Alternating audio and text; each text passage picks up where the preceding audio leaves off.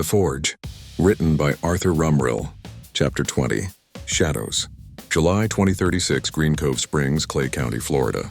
The stalker was still out there. Investigators traced the arson to a burner phone, fake plates, a rental paid in cash. The man on the security footage, hood up, face obscured, had vanished. No prints, no DNA. Fringe forums lit up with copycats quoting the same scripture, but the original zealot remained a ghost. Elena's house was gone. Total loss. The Tesla battery fire turning it into an inferno firefighters couldn't approach until it burned itself out. She stayed with Ray. He'd offered the guest room, but after the first night she migrated to the couch, then quietly to his recliner when he dozed elsewhere. They didn't talk about it much, just fell into a rhythm. Ray had always kept his life private. No mail at the house, P.O. box in town for everything. The property was buried in a land trust, titled to a New Mexico LLC he'd set up years ago on a lawyer's advice after a bad accident settlement. Truck registered the same way. Flex routes varied daily, back roads when possible. Multiple routes to Cecil, US 17 one day, Blanding Boulevard the next, sometimes A1A along the coast. Never the same pattern twice. Nobody followed him home. Nobody knew where Ray Harlan, the rig guy, actually lived. It kept them safe. Elena adapted fast. Remote work when she could, rides with Ray or trusted team members when she couldn't. Security escorts for public events. At home, the house slowly changed.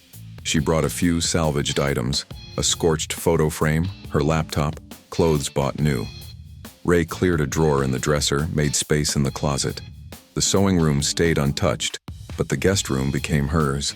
Books on the nightstand, charger on the dresser. Nights were quiet.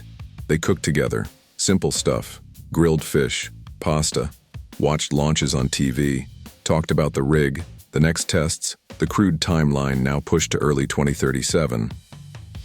Sometimes they sat on the back porch, crickets loud, stars bright. Elena's hand found his more often. No rush. Just safety, comfort. One evening, after a long day of threat assessments and security briefings, she leaned against him on the porch swing. "I hate that he's still out there," she said quietly. Ray nodded. "Me too. But he won't find us here." She looked at him. "You planned for this? The trust, the roots?" He shrugged. "Old habit. Truckers get weirdos sometimes. Better safe." She smiled, small but real. "My guardian trucker." He squeezed her hand. The stalker remained unknown at large. But in the quiet house on the edge of Clay County, address hidden, roots varied, lives intertwined, Ray and Elena built something stronger than fear. A home, a future. The rig was accelerating, and so were they.